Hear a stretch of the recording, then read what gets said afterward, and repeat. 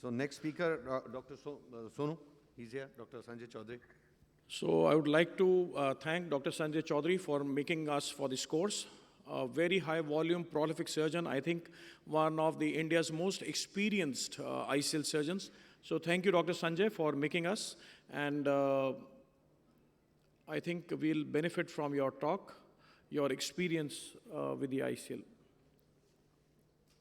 And I'll request you to please cover your experience with the post-operative, any complications, the cataract, and what the low vault can have. Okay. Thank you, Dr. Sonu, for inviting me over and for those kind words. So,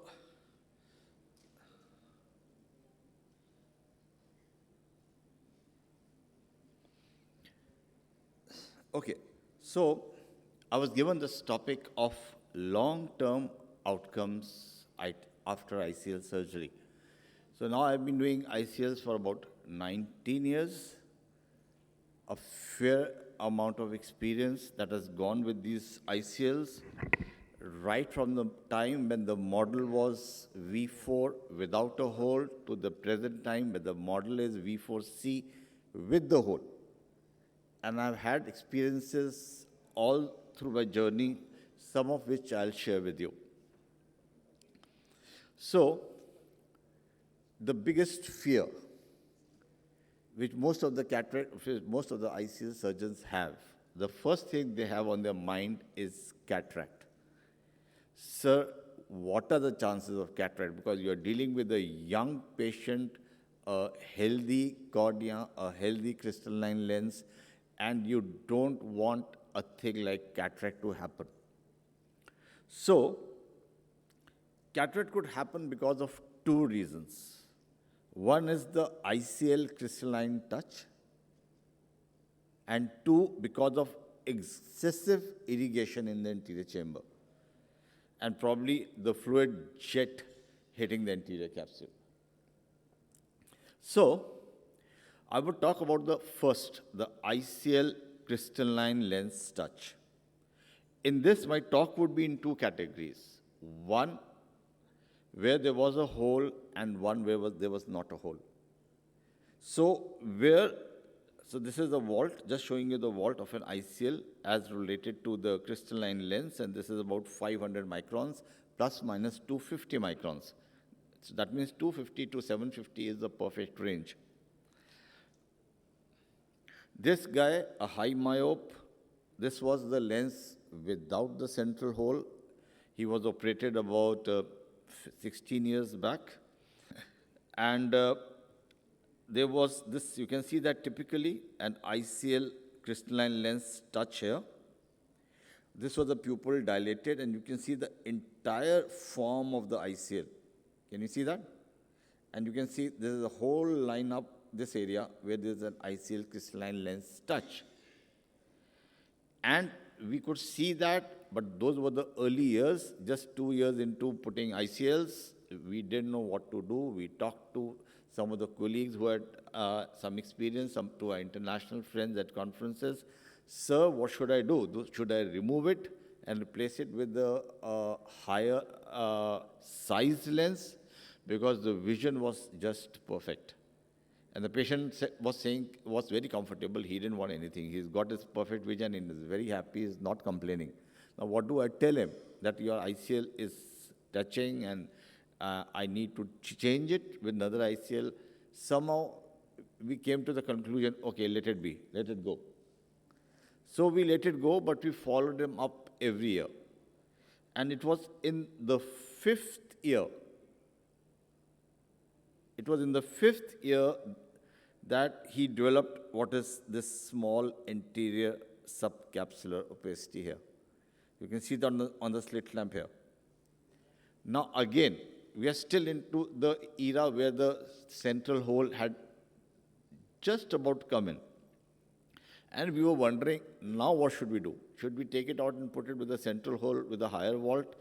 Or should we let it be? Ab cataract to ho hi gaya. Periphery pe hai, central vision, and the patient is still very comfortable. Again, the same dilemma. Should we not? Replace it? Should we not? Somehow we decided, okay, let it go. Let it go and let us see what happens. How much time does it take? Now that he's got a cataract, probably the opinion was that once the cataract has started, it's probably going to progress in any case. So we waited, and in 10 years' time, he developed sufficient cataract. He came back to us, and we said, okay, now we need to change your lens.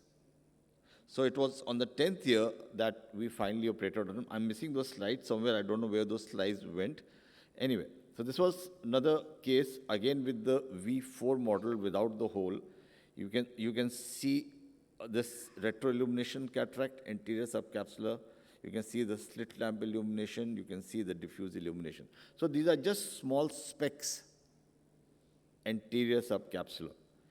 Ever since the V4C model came in, and we have done almost 5,000 of these with the central hole, and not one cataract.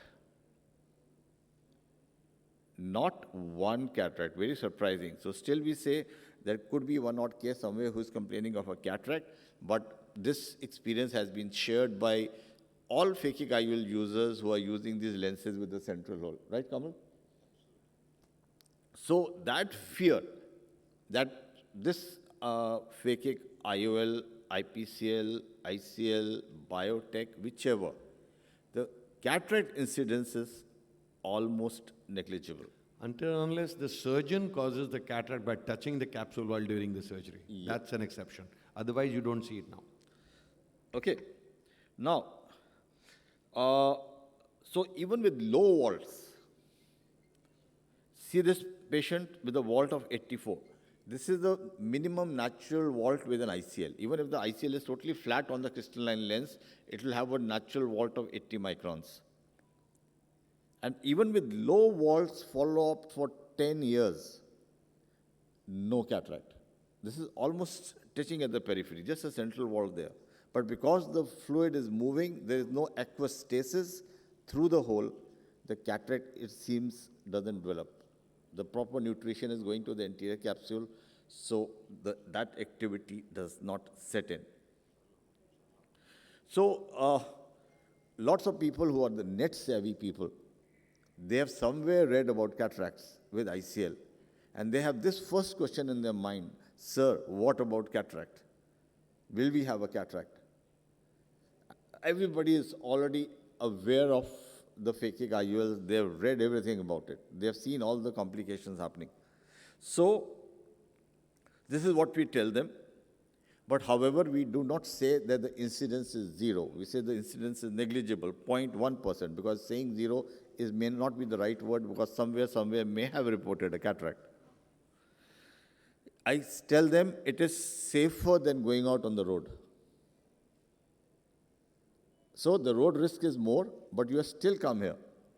So the idea is that if your advantage is huge and your risk is minimal, then that risk is worth taking, like you come out on the road.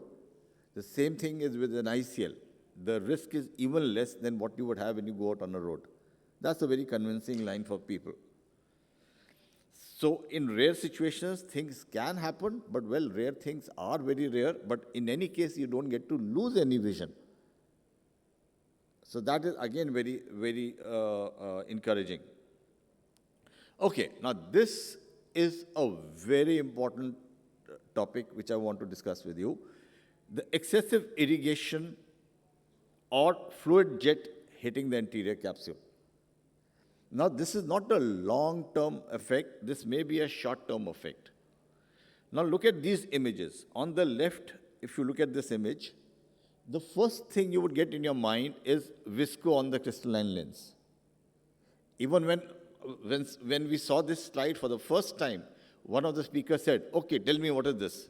Visco on the crystalline lens. Yes. So that will go away. So this is retroillumination. This is the diffuse illumination. And at 3 months, this was almost gone. You can just see one odd specks here. Right. So it probably seemed visco on the crystalline lens, which just dissolved away.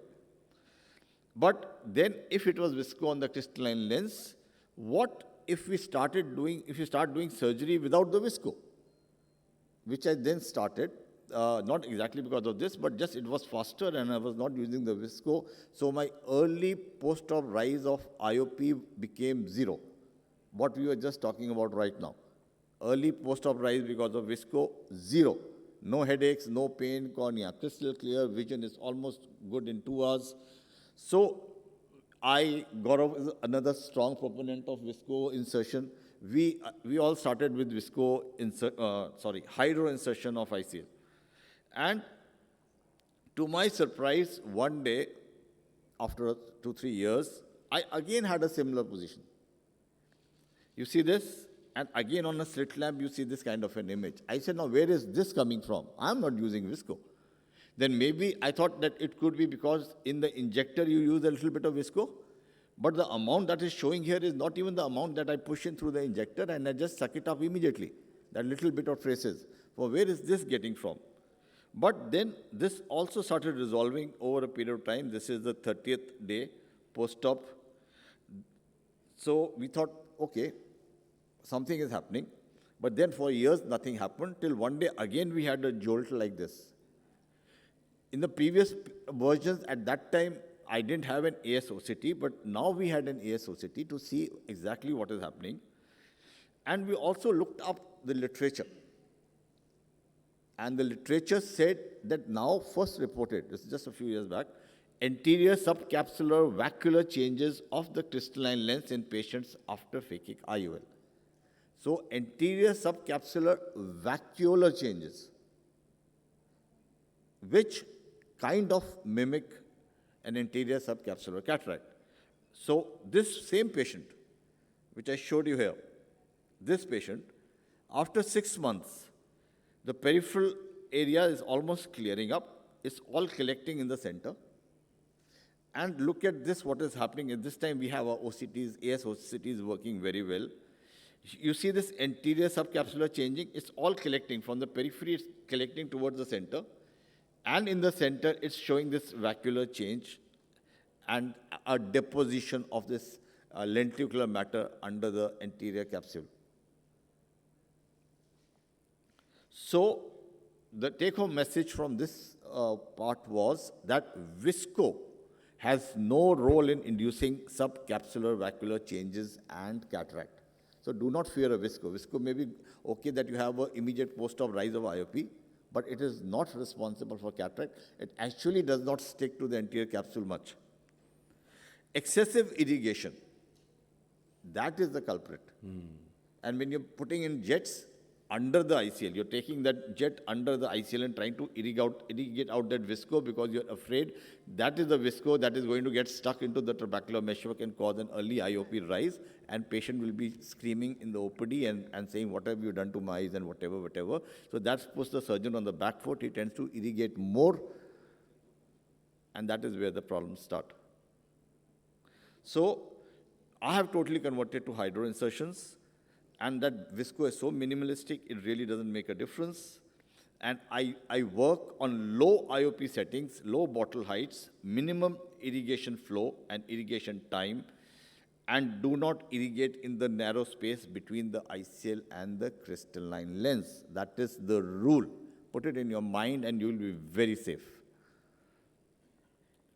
The second problem, glaucoma post-op. Again, a fear for most of the surgeons. Short-term, long-term. Short-term, we have already discussed as a part of what we had an informal discussion, that the visco clogs up the trabecular meshwork and there's an IOP rise, and you know how to manage that. Nothing special about it.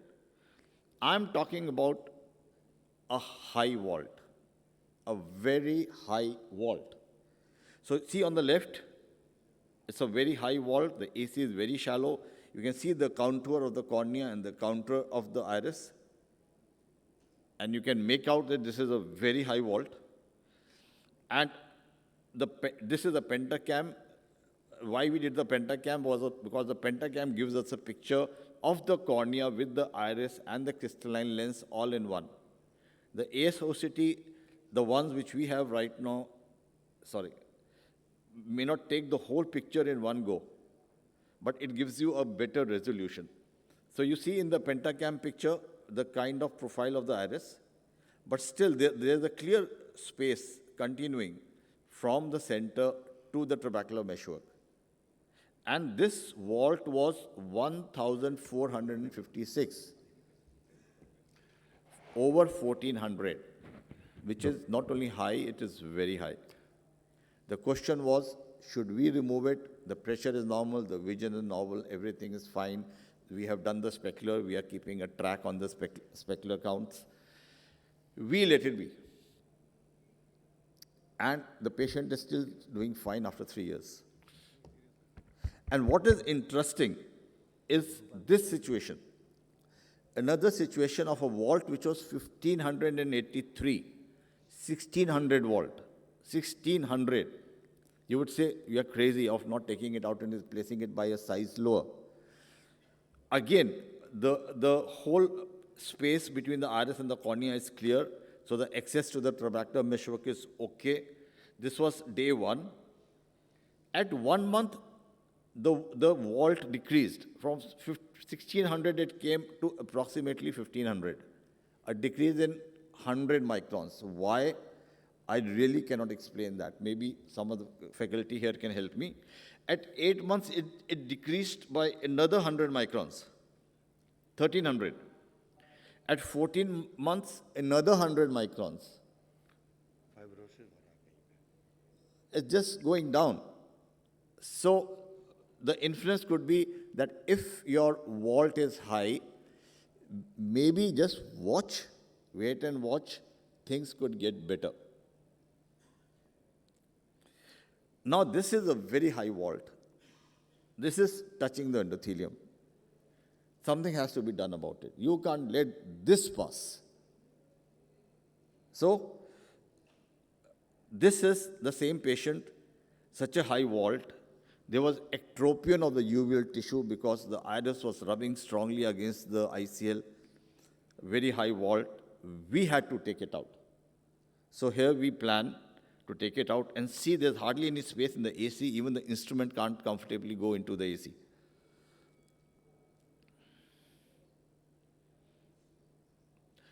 Remember, such a situation, it will be very difficult to reach out to the lens and pull Sanjay, it out if you could because wrap there's up no fast. space. Okay, just a time minute. left for Yeah, Dr. okay, Gaurav. just a minute. So I'll just show you how you could comfortably still remove such a lens and replace it with one size lower. And what was the result? You see that the instrument is just almost difficult to put the instrument into the eye. Then you have to try to push the lens down as much as possible with the visco. Be very sure that there's a strong chance of the iris coming out with the visco. So you have to be careful that there is no reflux back of the visco and bringing the iris along with it, though that will constrict the pupil and cause a lot of iritis. And now the manipulation starts. How do I get a grip on a lens which is so tightly into the sulcus, and how do I get the edge of this lens? So I cannot prolapse this lens into the anterior chamber. I just pull it back and try to get the grip at the edge and then just pull it out of the AC. So this is what was to be shown, and then you can replace it with one size lower. And this is how the patient looked after you put a one size lower. The vaults had recovered so well. Thank you so much. But the last one, in the case of a patient operated somewhere, came to us 4 years post-op, and the lens was upside down. So the lens was resting on the optics were resting on the crystalline lens, and the haptics were pushing the iris against the cornea for 4 years, and he was on anti-glaucoma medications. So, of course, we had to remove this lens and refer the patient to a glaucoma specialist to manage the rest. Thank you so much. Wonderful video, Dr. Sanjay.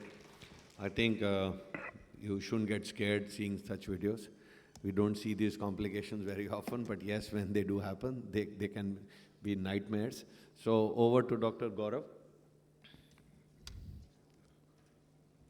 We've saved the best one for the last. No need to introduce my friend Gaurav.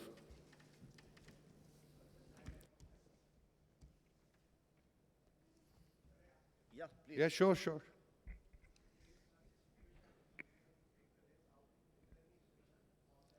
Can you be a little, can't hear you. Yeah. Yeah. If such situation arise that we have to take the lens out, I mean, is there any special forceps for that and where it is available? What I use is, you could use your ICL forceps, the one which you are using for pulling the ICL into the nozzle, right? After having said that, because that is the most easily available, but what I use is a lens holding forceps which you use to cut an IOL in the eye and bring it out. They have a very fine grip. The one comes with Indo-German is such a lovely grip, is the one which you saw now. So that just holds and brings it out very comfortably. Worked in every other hall except I would suggest, in case you have these forceps, they work great. You can have another trick. You just push in viscoelastic in the anterior chamber. The leading loops of the ICL oblique IPCL, which are towards your wound, just get that out. The trailing one can remain behind the iris. Now slightly dip your wound, the viscoelastic will start flowing and it will start pulling the lens, because the lens is very thin. It starts coming towards the wound and the lens stops there. Now all you need to do is, now use more viscoelastic from the side port, go in, use a McPherson's forceps. Hold it, pull it out, and as it starts coming out, you just use a needle holder or your needle bending forceps, whatever you use, just grasp it and like a tug of rope, just pull it out, it comes out. So in case you have those fancy forceps, fine, but in case you don't, that's what I do in my training programs. I have my associates, whenever I train a person to do a phakic lens, I also train them to explant it, otherwise the training is not over. I always tell them that remember what happened to Abhimanyu. He knew how to get inside the Chakravyuh, he never knew how to come out. So if you are going to be a phakic IOL surgeon, you should know how to get out also. So the best way to train is train your trainees in patients who have cataracts. So that's how I train my doctors. Anybody who's got a cataract, I get blanks lenses, zero-powered lenses. I have hundreds of them. I just train them, put the lens in, take it out. In a cataractus patient, it doesn't matter. Within 1 or 2 attempts, they are perfected and you're ready to go. Dr. Gaurav.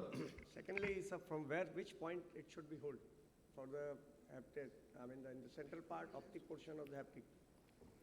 See, in any case, that lens has to be sent back. slide show में नहीं जा रहा है. Now, the only question क्योंकि is, आपका वो do वहाँ पे you जा रहा है. first remove the lens, wait, order, and then put in the second lens? Or do you do the two things simultaneously? You order the second lens, and when it comes in one sitting, you take out the first lens and put the second lens, right? That depends on the situation, the severity of the situation. If the severity is like the video I showed you, I couldn't wait for 2 weeks or something to get another lens. That would have caused problems. The moment I saw this kind of a situation, I immediately pulled it out and ordered for the second lens. I told the patient. Suppose it is reverse. It has gone reverse. Upside down, downside If up. it's upside down, Yeah, then we have to take it out and then immediately. immediately, yeah, immediately. Because then you'll have such bad adhesions, 360 degrees. So which portion it should be hold? Either the optic In portion- 360 degrees, it is very simple. The haptics are pointing upwards. Right. The moment you expose any part of the haptic, just hold it and pull it out. Okay, thank you. Gaurav, are you ready? Sanjay sir, in one of your Acha. case, Can somebody help from the AV team? Yeah, Yeah, please go ahead. the vault was 1600, I think, 1800 to 1600. 1600, yeah, that was the maximum. Down in 8 months to 1200.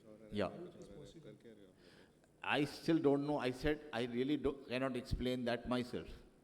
We were just observing that patient and asking him for a follow-up every 3 months. Right? And then it was to our surprise that the vault went down. I said that it was to my surprise that the vault kept going down, and I was wondering how is it going down? How do you explain it? It's an ASO city.